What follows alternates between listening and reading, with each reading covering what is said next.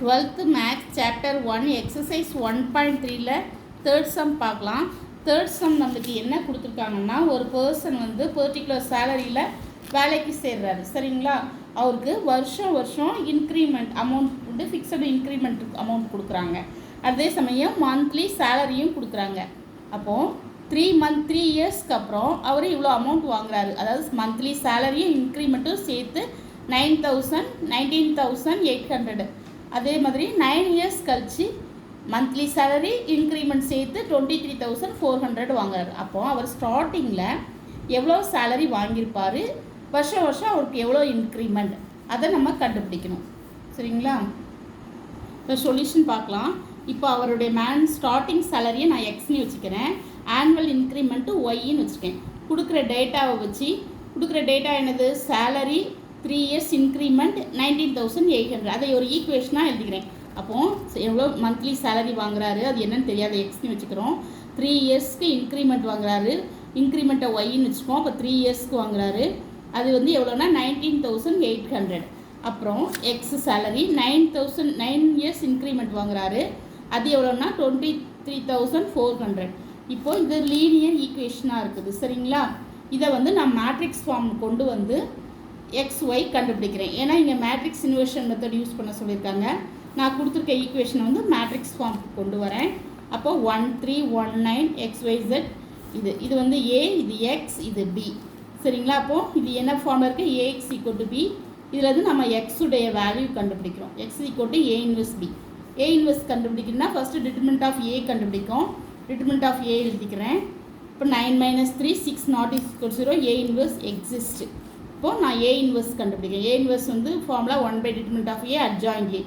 1/det of A கண்டுபிடிச்சிருக்கோம் 6 adjoint A கண்டுபிடிக்கும். First diagonal எலிமெண்ட்டை வந்து இன்டர்சேஞ்ச் பண்ணுறோம். 1 இருக்க இடத்துல 9 இருக்கிற இடத்துல 1 போட்டுக்கிறோம். செகண்ட் டயகனல் சைனை மட்டும் சேஞ்ச் பண்ணுறோம். +3 வந்து -3 ஆகுது, +1 வந்து -1 ஆகுது. இப்போ நம்மளுக்கு இதுதான் A இன்வெர்ஸ். நாம் இப்போ என்ன கண்டுபிடிக்கணும், எக்ஸ் வந்து கண்டுபிடிக்கணும். X = A inverse B. அப்போது 1/6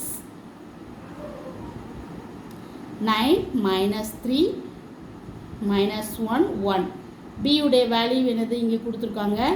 B வந்து என்னது 19,800 23,400. இப்போ இதை மல்டிப்ளை பண்ண போகிறோம். இதை 1/6 காமனாக வச்சுக்கிறேன்.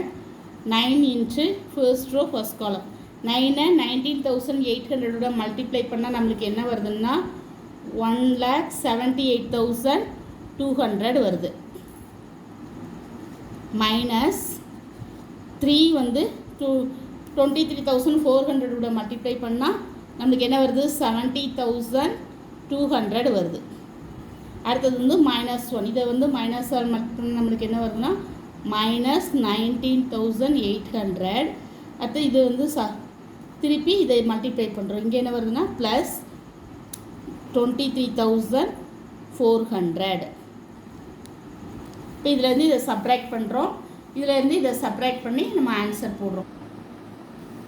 இப்போ XY = நம்மளுக்கு என்ன வருதுன்னா 1/6.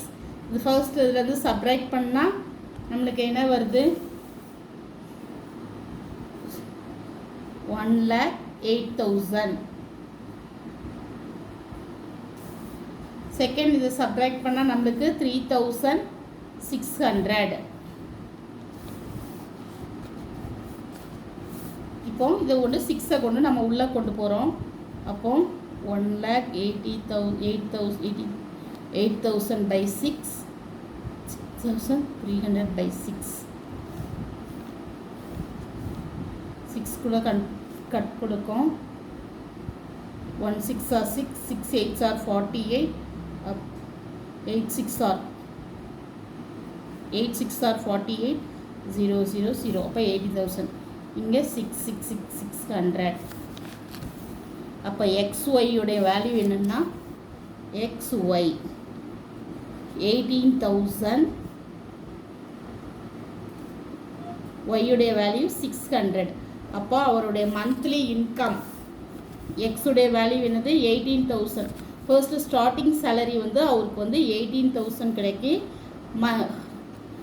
ஆனுவல் இன்க்ரிமெண்ட் வந்து அவருக்கு 600 கிடைக்கும். சரிங்களா? அப்போ இங்கே வேணால் எழுதிங்க. Man starting salary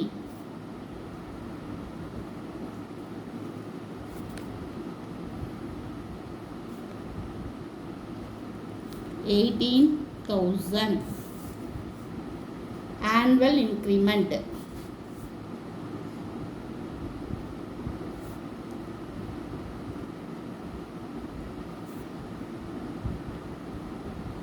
600. The answer. Thank you. Please subscribe my channel.